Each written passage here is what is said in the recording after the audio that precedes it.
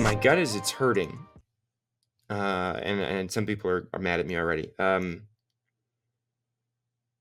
don't think so. I think some of that is the responsibility of the remote work.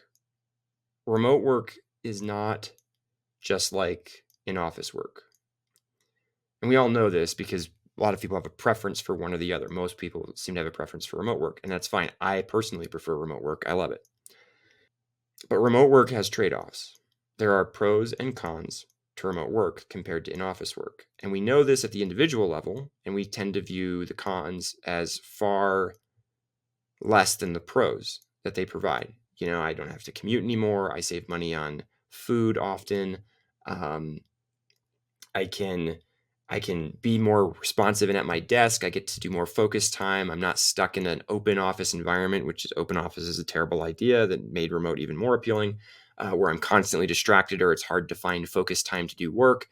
There's a million individual things that seem to improve local productivity for the individual and their just quality of life generally. More time with family, more time with kids, more time to do with what they want to do.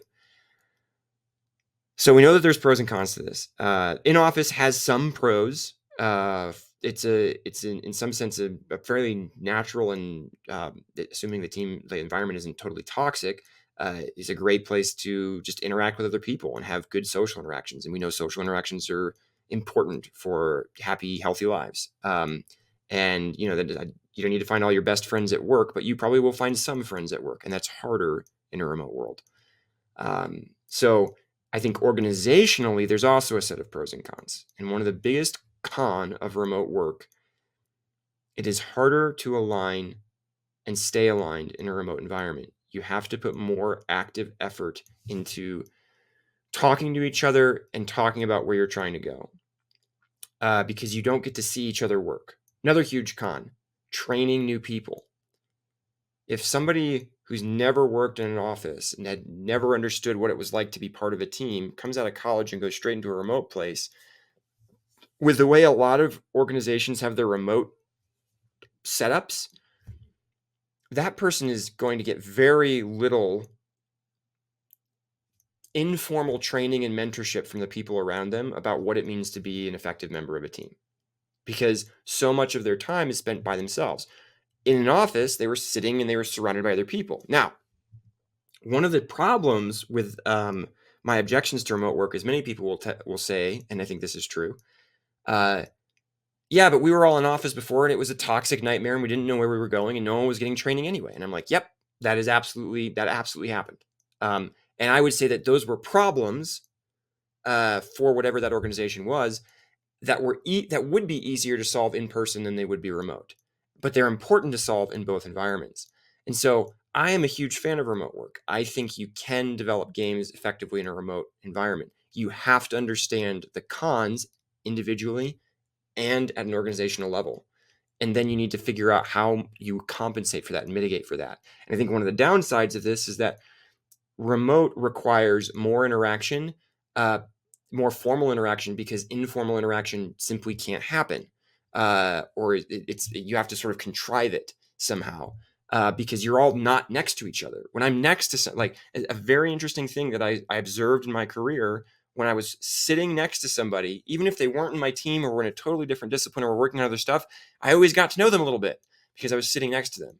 And so I chatted with them when they came over. I got to know their name. I got to know what they were working on. Um, I, I just by being near them, I gained a familiarity, a comfort with them, and they became like a coworker, a friend, somebody who I could talk to.